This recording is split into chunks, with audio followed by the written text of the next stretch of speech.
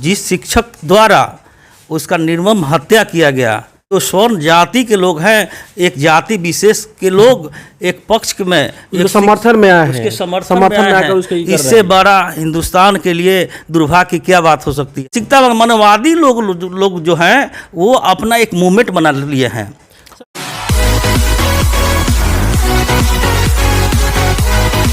नमस्कार, मैं सुनील, आप देख रहे हैं BR दस्तक।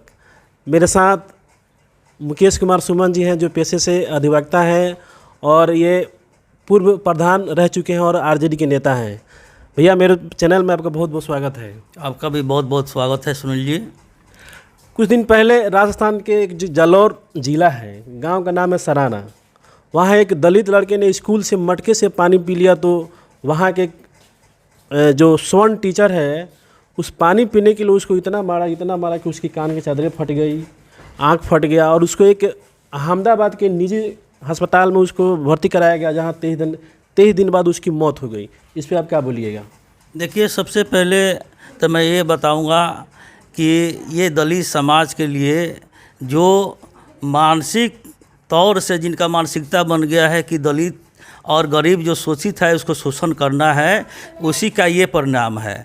वहाँ इंद्र कुमार जैसे होनहार बच्चा के साथ जो बर्बरता के साथ जिस शिक्षक द्वारा उसका निर्मम हत्या किया गया, और वहाँ के मैं ये देखा न्यूज़ के मार्फत से कि वहाँ के जो स्वर्ण जाति के लोग हैं, एक जाति विशेष के लोग एक पक्ष में उसके समर्थन में आए हैं, उसके समर्थन में आए हैं। इससे बड़ा हिंदुस्तान के लिए दुर्भाग्य की क्या बात हो सकती है। उनको तो ये कहना चाहिए कि इसमें इंद्र कुमार को न्याय मिले। मैं अपने समाज यानी कि दलित समाज से मैं आता हूँ और दलित के नेतागण से भी मैं ये कहूँगा कि आप, अगर हमारा समाज ये संगठित रहता, अगर हमारा समाज आज एकजुट रहता, तो हम पूरे हिंदुस्तान में 40 करोड़ हैं और हम पर दूसरे लोग राज करते हैं। हमारे समाज के लोगों में एकता नहीं है। हमारे समाज के जो भी MP हैं, प्रतिनिधित्व करने वाले हैं, या तो MP संसद में है या विधानसभा में, बोलते क्यों नहीं है? जो दलित समाज जो 1 से 31 जो MP हैं,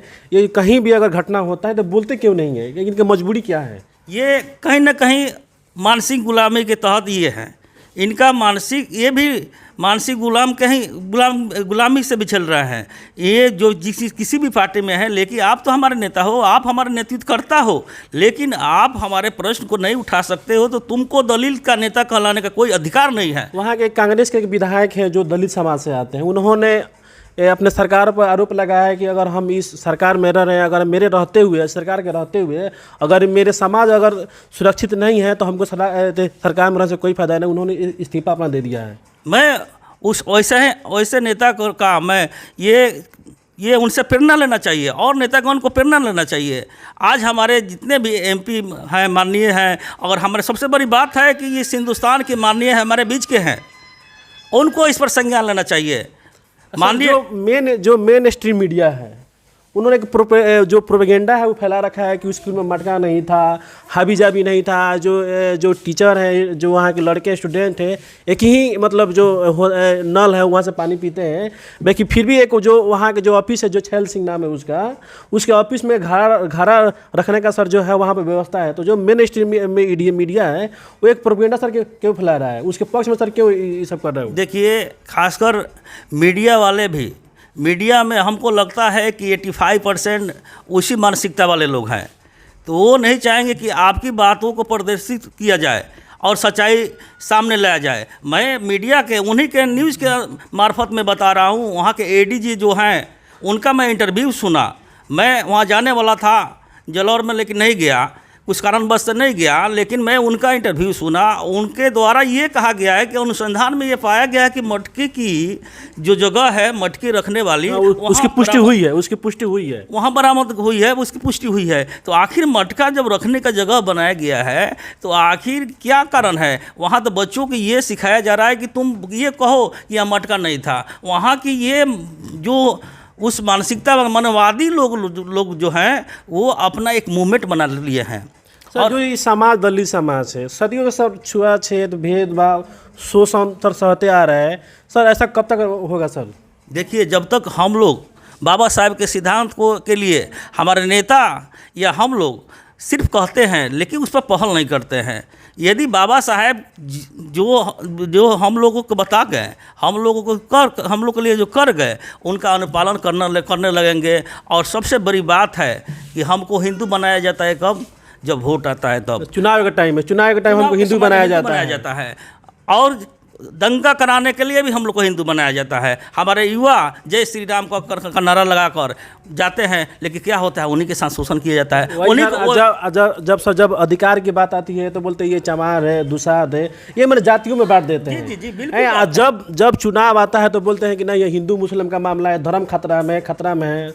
ये देखिए, उन लोगों का मानसिकता है कि फूट डालो राज करो। हमारे समाज के भी ऐसे नेता पर मुझे दुख होती है कि जो आगे नेतृत्व करते हैं, लेकिन वो भी मानसिक गुलामी के अंतर्गत आ जाते हैं। और हम लोगों को एक मकर जाल में फंसाया गया है, और उस जाल से जब तक हम लोग नहीं निकलेंगे तब तक हम लोग का ये शोषण होते रह जाएगा। और मैं अगर यही कहूँगा, सबसे बड़ी बात है अपने समाज के उन नेताओं से और उस नौजवानों से जो आज के पीढ़ी के और भविष्य जो मेरे हैं, मैं उनसे ये नहीं कहूँगा कि आप बाबा साहब का जो बाबा साहब ने हम लोगों के लिए दिया है, शिक्षित बनो, संगठित हो, संघर्ष करो, इसी का अनुपालन अगर हम लोग करते हैं तो किसी में दम नहीं है कि हमारे समाज का शोषण कर ले। आज क्या कारण है कि आप कोई मूछ रखता है तो आप उसको हत्या करा देते हो। जो पाली वाला घटना हुआ था जितेंद्र मेघवाल का, जी, और कोई घोड़ी पर जाता है तो आप उसको वंचित कर देते हो। क्या आपकी मानसिकता है? ये आप कहते हो कि हम स्वतंत्र राज्य। एक सवाल है कि जो घोड़ी जो बारात में जो दलित चढ़ते हैं, इनके क्या लगती हैं? कुछ लगती हैं क्या कि जो घोड़ी चढ़ने पर मर्डर कर देते हैं, मार देते हैं? ये सुन लीजिए, आपका बिल्कुल सही क्वेश्चन है। या तो उनकी कुछ लगती है, हमको भी यही लग रहा है कि या तो कुछ लगती है। घोड़ी पर तो कोई चढ़ता है, लेकिन उनकी सोच देखिए। आप घोड़ी पर चढ़ते हो तो कोई आपत्ति नहीं है। अगर हमारे बच्चे, अगर दलित के बच्चे घोड़ी पर चढ़ते हैं तो आपकी आपत्ति है क्या? है भाई, क्या आपकी घोड़ी रखती है? ये देखिए, सबसे बड़ी बात है कि हम लोग के जो हिंदुस्तान में हम लोग कह रहे हैं कि हम लोग स्वतंत्र हैं, लेकिन आज भी हम लोग गुलाम हैं। इस बात को हमारे समाज के लोगों को समझना होगा। अगर हम लोग नहीं समझेंगे तो गुलामी के बेरिया बहुत जल्द हम लोग उसी तरह हो जाएंगे। इससे तो अच्छा हम तो यही बताएंगे कि इसके पहले बाबा साहब संघर्ष किए। उस समय बाबा साहब और अंग्रेज थे, हिटलरशाही थी, लेकिन उससे तो कहीं ज़्यादा हिटलरशाही आज हमको ये दिखने में लग रहा है कि आप मूछ रखते हो तो आपको हत्या करा दी जाती है। बच्चा अगर घाड़ा छू देता है तो आपकी हत्या करा जाती है। क्या मानसिकता है आपकी भाई? आप कहते हैं कि अब स्वतंत्र राज्य में है, स्वतंत्र हिंदुस्तान स्वतंत्र हो चुका है। ये स्वतंत्र का हम लोग हैं कहाँ? हम लोग तो आज भी गुलाम बने हुए हैं। हरियाणा में एक दलित समाज की लड़की सर 250 रुपये के लिए सर उसके मुंह में सर जो छड़ी होता है सर उसको घुसेड़ दिया गया है सर। जी, ये मैं भी ये इस न्यूज़ को मैंने देखा था।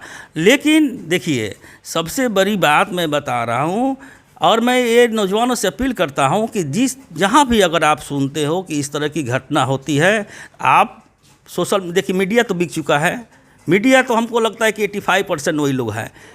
अगर आप देखते हो तो जुडिशरी में भी आप देखो कि सबसे ज़्यादा हमको लगता है कि 95% वही लोग हैं। 99% तो बोलिए।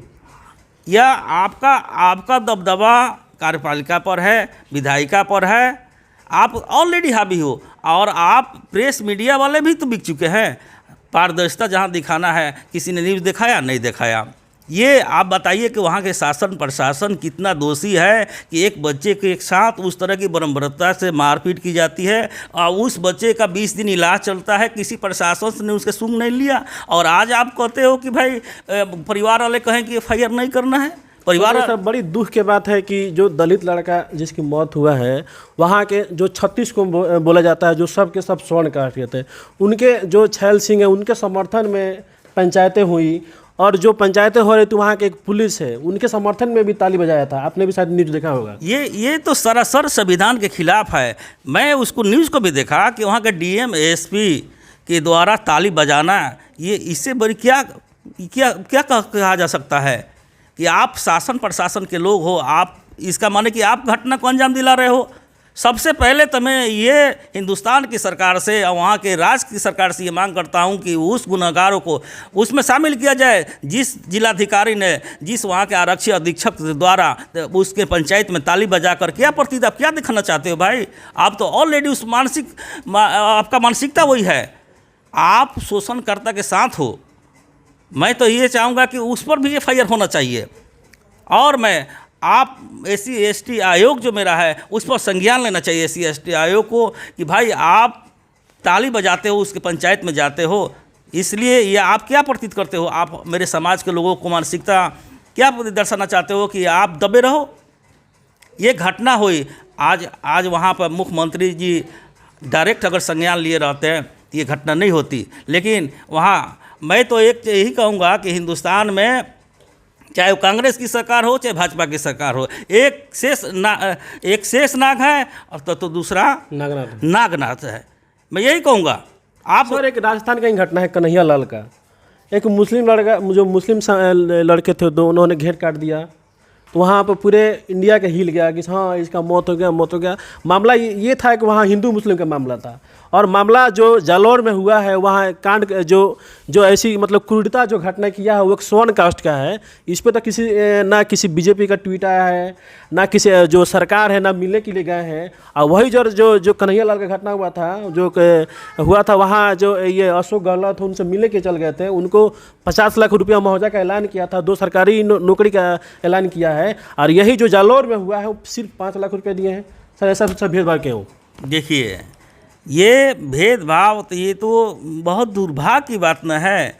मैं यही बात बता रहा हूँ कि ये इन लोगों का मानसिकता ही है कि भेदभाव करना, शुरू से ये मानसिकता बना हुआ है, चाहे वो बीजेपी वाले हो या कांग्रेस वाले हो।